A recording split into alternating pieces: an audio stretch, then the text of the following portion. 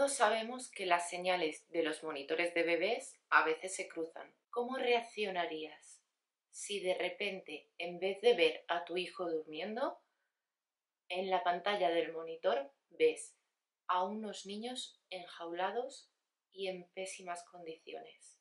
Pues gracias a un monitor se destapó un suceso macabro, la historia real de la huérfana, y un claro ejemplo de que muchas veces la realidad supera la ficción. Pero antes de empezar con el caso, te animo a que te suscribas, que le des a me gusta si te gusta este tipo de contenido para seguir viendo más vídeos como este.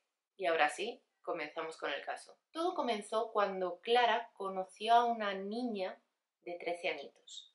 Esta decía ser Anika, era huérfana, la habían estado maltratando en un orfanato y se había escapado.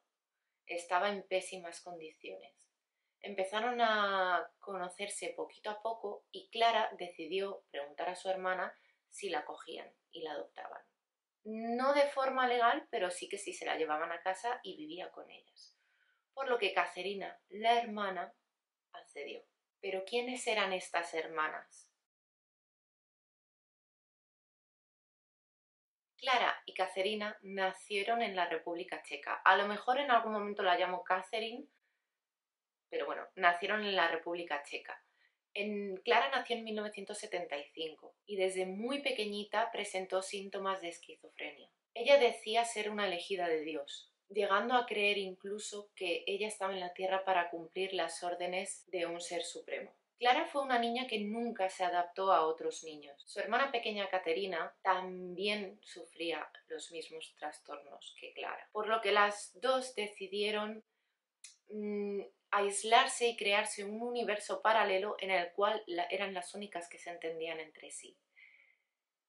Hasta que un día, cuando Clara tenía 13 años, intentó asfixiar a su hermana con una almohada para después revivirla y así demostrar que ella tenía poderes y que era la elegida.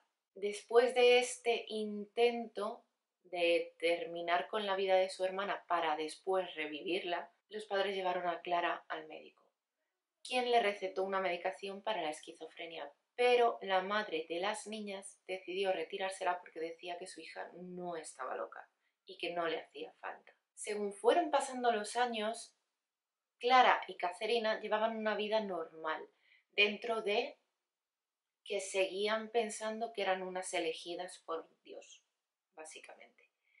Entonces, Clara fue a la universidad, se fue de casa, empezó a estudiar y conoció a un hombre, con el cual tuvo una relación, terminó casándose, tuvieron un hijo y a los 2 años volvieron a tener otro hijo.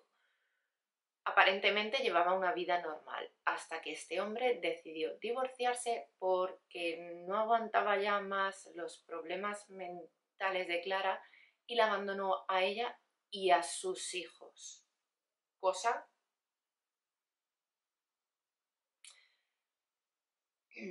de la que hablaremos al final.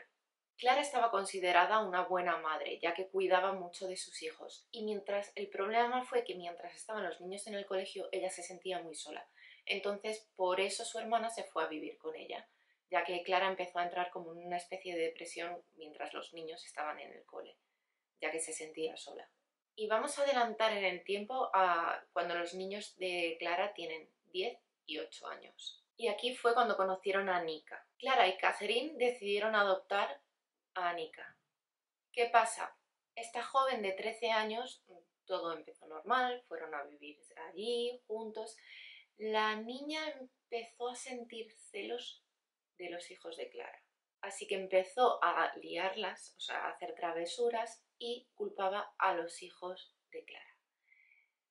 Fingía tan bien que realmente tanto Clara como Catherine pensaban que esas cosas las habían hecho los hijos de Clara. ¿Qué pasa? Que Anika comenzó a ver cómo eran cómo eran las hermanas. Empezó a ver cómo ellas veían que estaban enviadas eran enviadas del Señor.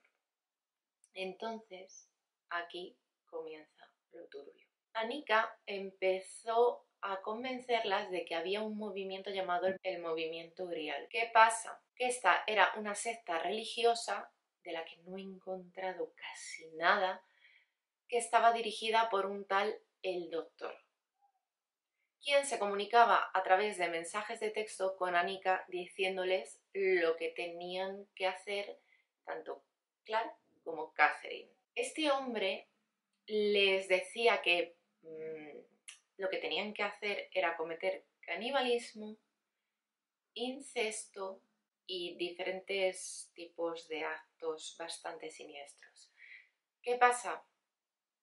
Que Annika aprovechó la jugada para meter a los dos hijos de Clara en una jaula y realmente cometer muchísimas torturas contra ellos. Esta jaula se encontraba en el sótano de la vivienda. ¿Qué pasa? El sótano estaba lleno de mierda, el sótano estaba en unas condiciones infrahumanas. Obviamente estar en una jaula ya es una condición infrahumana. Una vez metieron a los jóvenes en una jaula, los amenazaban, los amordazaban, los golpeaban, los bañaban con agua fría, les apagaban cigarrillos en la piel y, por si esto no fuera poco, cometían canibalismo contra ellos. Hubo un momento en el que los niños lograron escapar, pero Catherine se dio cuenta y logró frenarlos en el patio trasero de la casa, por lo que Annika les sugirió que compraran una cámara de videovigilancia. Y gracias a esto fue cuando se supo todo. No olvidemos que Annika era una niña de 13 años. Una niña de 13 años que estaba en contacto con el líder de una secta religiosa. Una niña de 13 años que mantenía relaciones íntimas con su madre y su tía adoptivas. Un poco raro todo, ¿no? Como os decía al principio, todo esto se destapó con una cámara de videovigilancia. Pero, ¿quién era Annika? ¿Realmente era Annika? Annika no era su nombre era Bárbara Skarlova. Tenía 33 años. No se sabe mucho sobre su infancia, pero sí se sabe que estuvo en un centro psiquiátrico y que padecía una enfermedad llamada hipopituitaria. Esta enfermedad consiste en que no te desarrollas al igual que los demás. Es una enfermedad que no produce en la glándula pituitaria las hormonas suficientes para el crecimiento. Con lo cual, Bárbara, a ver, a lo mejor en algún momento la llamo Bárbara, pero es la traducción, vaya. Bárbara aprovechó esto y se hizo pasar por una joven de 13 años, porque realmente es que lo parecía. Pero claro, las cosas que hacía, pues obviamente no. De todos modos, aparte de, obviamente, el aprovechar eso para hacerse pasar por una menor de edad, supo manipular muy bien no solamente a Clara y a Caterina, sino a más personas. Y ahora vais a ver por qué. Bárbara, cuando fue una adolescente, estuvo interna en un centro psiquiátrico, del que logró escapar. También nació en la República Checa, al igual que las hermanas. Llegó a manipular a tantísimas personas porque realmente su apariencia era de una niña, que no solamente a personas que la adoptaron, sino que llegó a engañar a las autoridades. Y ahora vamos al descubrimiento de lo macabro que estaba sucediendo en esa casa. Cuando unos vecinos tuvieron un bebé, los vecinos de la casa de al lado tuvieron un bebé, pues compraron el típico monitor, como os decía al principio, de videovigilancia. En un principio vieron a unos niños en una jaula y se pensaban que eran pues unas imágenes de algún tipo de televisión, de alguna película que se habría colado por lo que es la imagen en el monitor, como que se había cruzado.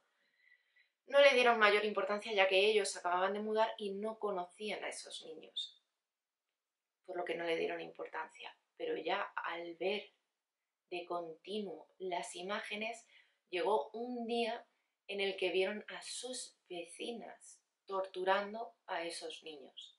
Y entonces ahí fue cuando se dieron cuenta de que realmente no era ninguna película que alguien estuviera viendo en bucle, no.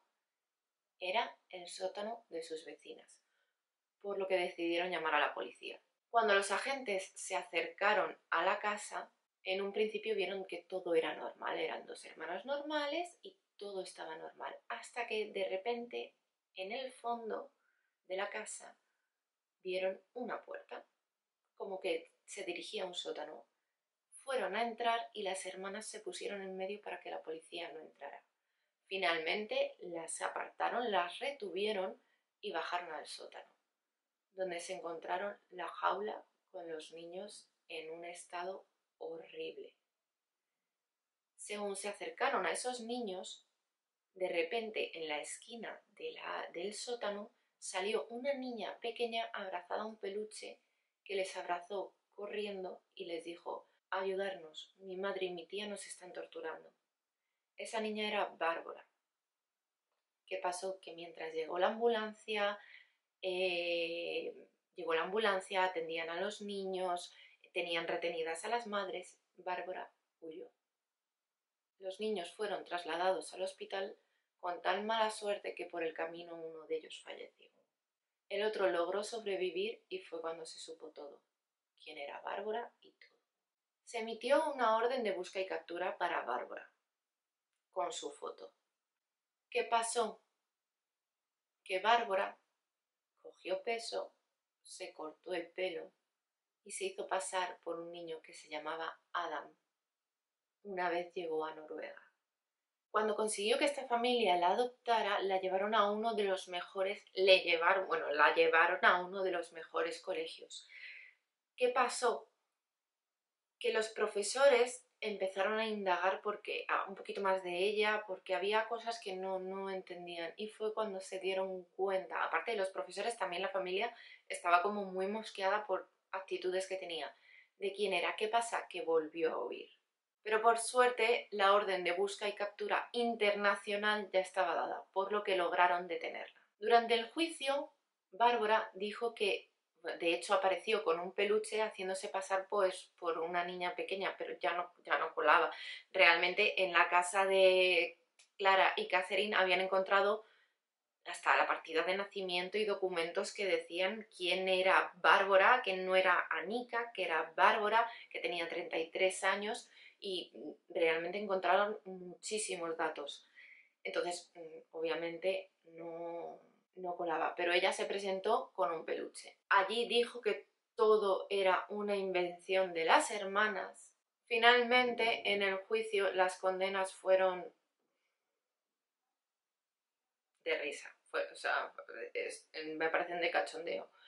10 años para Clara, de prisión. Creo que también estuvo interna en un centro psiquiátrico. Las tres estuvieron. 8 años para Caterina y 5 años para Bárbara. En el centro en el que estuvo Bárbara, en el 2008, fue cuando la ofrecieron darle hormonas de crecimiento, tratarla, y ella se negó, ya que en ningún momento mostró arrepentimiento. En el año 2011 fue puesta en libertad, por lo que no se sabe dónde está Bárbara. Y nunca mostró signos de haberse arrepentido. Y ahora os suelto yo la pregunta. ¿Realmente veis bien que esta persona esté suelta? Es decir, sea libre.